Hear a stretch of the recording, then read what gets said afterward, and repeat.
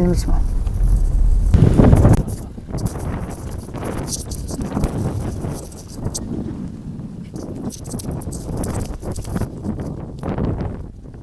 Magandang umaga. Hi, good morning.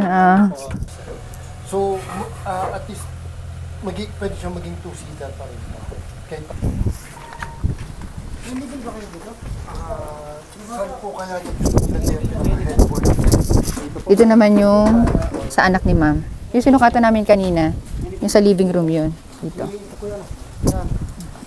First room, pero dahil may bed na sila para dito, so ito na lang yung gagawan. And then magsusukat din kami for curtain and then for blinds.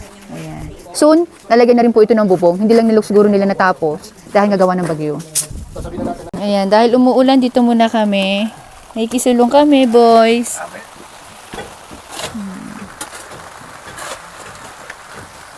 Ayan, pero saglit lang naman yung ulan. Mga ganyang mainit, tapos umuulan, saglit lang yun. Ito po, slow na tayo.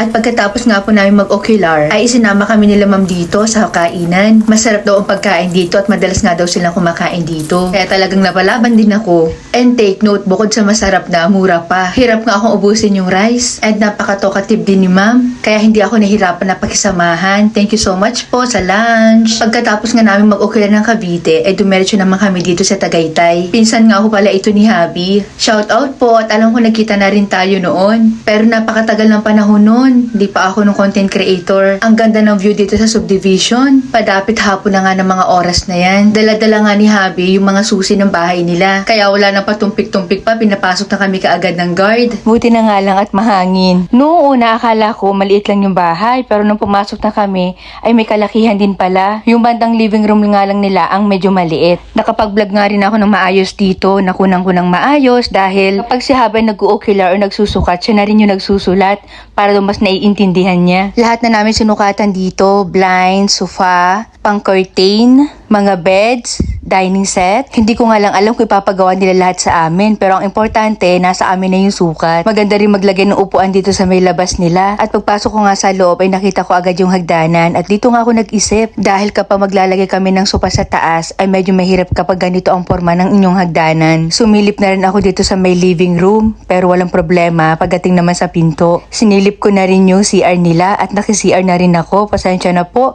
mukhang ako pa yata ang nakabinyag sa magandang CR na to. At pagkatapos nga po niyan ay dumiretso na rin ako sa second floor. At panay nga ang titig ko dito sa hagdanan. Pero sabi naman nila ay kakasya naman daw dito ang sofa. Dahil kung sakasakali magpagawa naman sila ay hindi rin naman ganun kalaking sofa ang mailalagay dito, sakto lang. Halos lahat nga ng kwarto dito may kanya-kanyang toilet. Madalas ko rin sinasabi sa mga vlog ko yan, sa mga nagpapagawa ng bahay, na hanggat maaari mayroon dapat toilet ang mga rooms ninyo. Nang pagigising kayo sa gabi ay hindi nyo na kailangan lumabas para mag-CR. Maliit o malaki man ang bahay ay importante po yun. Lalong-lalo na sa mga may edad na. Medyo natagalan nga rin kami ng pagsusukat dito dahil marami rin kwarto. Marami rin ang bintana nila. Napansin ko nga rin doon sa dining set nila, para sa akin, 4-seaters lang po ang babagay. Kaya abangan nyo na lang chillers yan sa pag-deliver namin dito. Siguro, diretso na rin na magkikita ang magpinsan. Mas malaki po kasi yung second floor dito kaysa doon sa first floor. Beige nga ang cover na naiisip ko na babagay dito sa bahay nila. Pwede rin natin lagyan ng combination na brown. May mga tao talaga na ayaw ng maraming kulay. Nakafocus lang talaga sila sa 1 hanggang 3 kulay ng bahay nila. Maging sa mga furnitures, o paano, may kaiklian lang talaga tong vlog na to. Maikli o mahaba man ang vlog ko, ay i-upload ko na rin kaagad-agad nang hindi na ako nalilate. Or maging updated pa rin po ako sa mga videong ina-upload ko. Sa mga gusto pong umorder, nasa screen lang ninyo aming contact number. At sa price naman po, pakibasa na lang. Dito sa amin, mura pero hindi basura. Kaya mag-subscribe ka na!